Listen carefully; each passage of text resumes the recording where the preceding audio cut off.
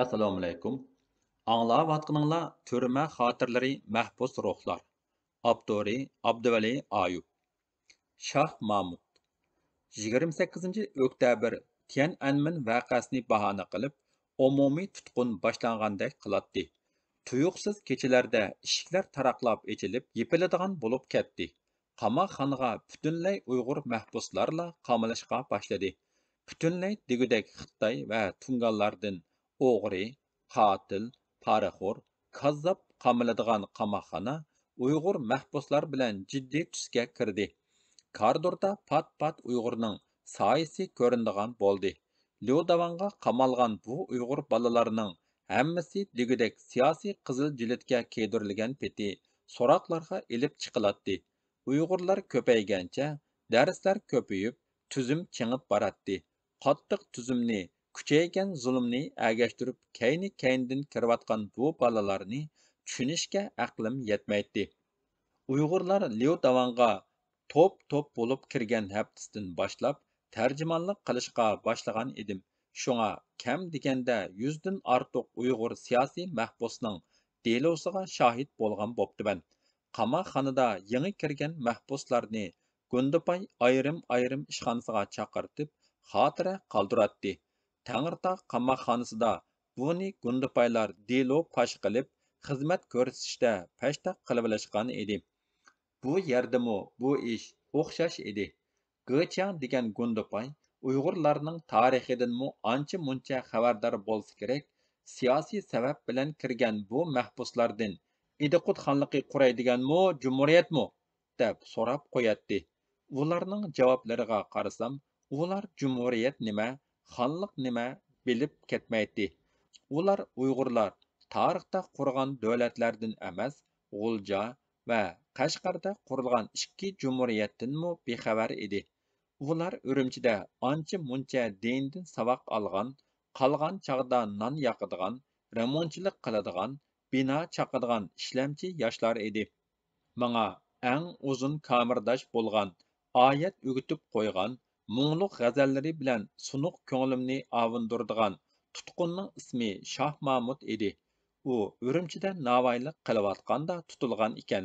Ba'zida o'qiyotgan taliblarim bilan tutilgan debmi qo'yatdi. Men uning nima sababdan tutilganligiga faqat qiziqmaydim. Shunga nima desa, shuningga ha deb qarab o'ltiratdim. Yakanlik bu inimiz ismdagi shoh so'zini Saidiya xonligining shohlariga bog'lab, meni xush qilgan bilan Abduqodir domollamning kimligini bilmaganligini biz degan Kompartiyaning nashriyoti chiqargan kitoblarda bor domollamni taniymiz deb aqlagan edi. Shoh Mahmud ba'zida O'tkir apandimning Bahorga mushtaqliq degan she'ri tekst qilingan naqshni o'qiydi. U bu naqshidagi go'zal vaslinga ay dilbar, bo'lay qurbona qurbona degan misralarni go'zal vaslinga ay Rabbim, bo'lay qurbona qurbona deb o'zgartib o'qiydi. Man qasdan sening baxtingga ay xalqim, bo'lay qurbona qurbona deb o'zgartib uni teriktiratdim.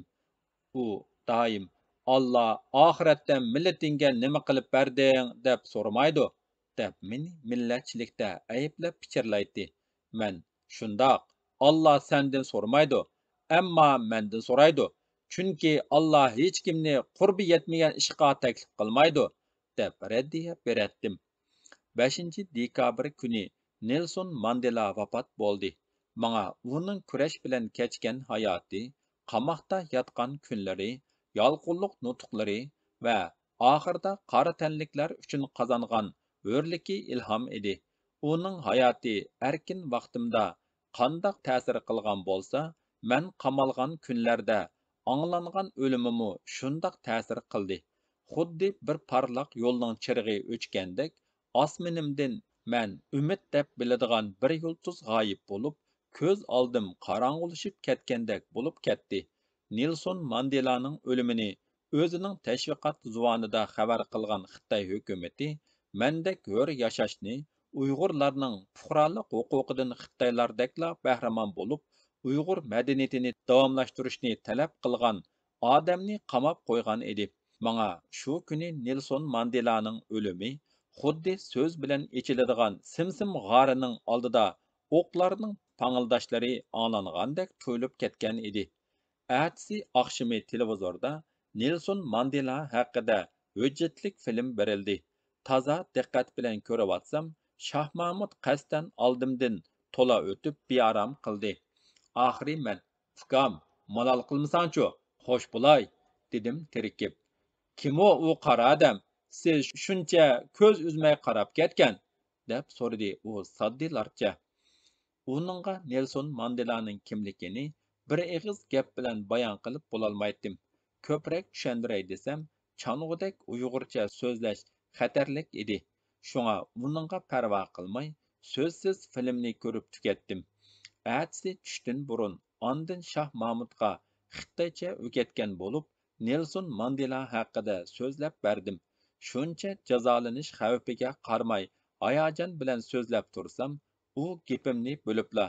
Siz uncha maqtab ketgan bilan u degan kofir hamon do'zaxga kiradi, demasmi? Qarab turibla qoldim. Ondan ochiqimda. Man agar xalqimni Nelson Mandeladek hurlikka erishtira olsam, do'zaxga kirsammi rozi, deb tashladim. Tova, shundoq deb bo'libla tova qildim. Shu chog'da ochiqda deganlarimga xili vaqtlargacha ichimni mushuk tatilagandek bearam bo'ldim. Shah Mahmudning kayfi shundan keyin buzildi. Uni ming ta'sda qoyil qilgan Xitoycha o'rganishmi suvga chilashdi. Man Shah Mahmudga Xitoycha o'rgatishni gundupaylarga necha 10 qitim deb boshqa gap qilishmaslik to'g'riliq hujjat yezib berib yurib, aran hal qilgan edim. O'qituvchilik manga huzur, o'rganish uningga natijalik tuyulishga boshlagan edi. Shu qitimliq ziddiyatdan keyin u chegara ayriyman deb manga qaramadi. Man buyurtgan kadrcha tamoqnimi joiz emas deb bir oydek yeyishni rad qildi. Bir kuni Gochang Shah Mahmudni chaqirib, kameraning rujikidan bir jup paxtliq oyog'ini sunib berdi. Hamda uningga patroq iqror qilish, jinoyatiga pushaymon qilish haqida birmuncha tanbih va tahdid aralashgan gaplarni qildi. Orada men tarjimonlik qildim. Ammo men tarjimani asli bo'yicha qilmay, "Sana Xitoycha o'rganishni topiladi. Xitoycha so'zligidek bo'lsa, putiga silingan kishandan ozod qilaman" dedi, deb o'zgartib qildim. Shu kundan boshlab oramiz tuzilib qoldi. U qaytadan berilib Xitoycha o'rganishga boshladi. Hayotim yana ma'niga erishdi. Dekabrning oxirgi kunlarida Shah Mahmud sotqa heliqi paxtaliq oyoqni kiyib chiqib ketib, Lataxay bilan qaytib kiribdi. Sababini so'rasam, o'zi bilan sotqa chiqqan ustoziga beribdi. Ular oyoqlarini sotdan yenib, qamoqxonaga mashinada qaytqucha Gundupayga ko'rsatmay almashtiribdi. Shah Mahmudning putini hafta isitqan, biri sirtdan elib, qamoqxonadan tonish tepib kirgizmasa, erishkili bo'lmaydigan oyoqni o'zining va boshqa 10 necha talibning tutilishiga sabab bo'lgan ustozga berishi bilan mening 2 oyga yaqin qilgan yaxshiligimni bir eg'iz gap bilan unutib, manga ta'tur qarashlarini sizlashtirib qoldim. U kuni oqshimi havo rayidan oldin ma'lumotni ko'rib o'ltiratdim. Diktor ata Urumchida qor yog'adiganligini ma'lum qildi. Men yinimda o'ltirgan Shah Mahmudga, "Ata qor yog'adikan, kiyimlarimni bir qarg'a silib boqay. Ba'zi viruslar sovuqda o'ladi. Bu qichishqoqning jahil viruslarini muzlatib o'ltiray", dedim. "Ata nima bo'ldiganligini avu mayma Xitoy cho'kan bilmaydi. Alloh biladi. Agar u Xitoyga ishonmay, Allohga ishonsangiz, ata havoning yaxshi bo'lishiga duo qiling", demasmi? O'ltiribla qoldim. Ondan qara, havo rayining qandoq bo'ldiganligini inson Alloh bergan aqlini ishlatib bilalaydi. İnsanlar bu vaqtda bir fanni shakllantirib, ismini meteorologiya deb atab bo'ldi, deb gapimni davomlashtirib atsam, "Sizdek Allohga emas, aqlga iymon etgan dahri ziyoliga gapim yo'q", deb neri ketdi. Uning ashundoq chog'da amal qiladigan bir muhlati bo'lsa kerak, shu bir ta'tur qarg'ancha 3 hafta davomlashtirdi. Shah Mahmud mening ona tilini qo'g'dash yo'lida qilganlarimni oxiratlikim uchun hech bir foydasi yo'q, ahamiyatsiz ish deb qaraydi. Acaba u mening minnatsiz xitoycha o'rgatishim, buyurtgan kadrlar tamog'ini tang yeyishim, uni xitoy mahbuslardan qo'g'dashlarim, manga kirgizilgan yangi ichki kiyimni berishimdan bir mehrni, ko'yinishni, samimiyatni his qilmaganmidu? Tova, uning nazarida bumu Alloh ajr bermaydigan ishlarning jumlasidanmidu?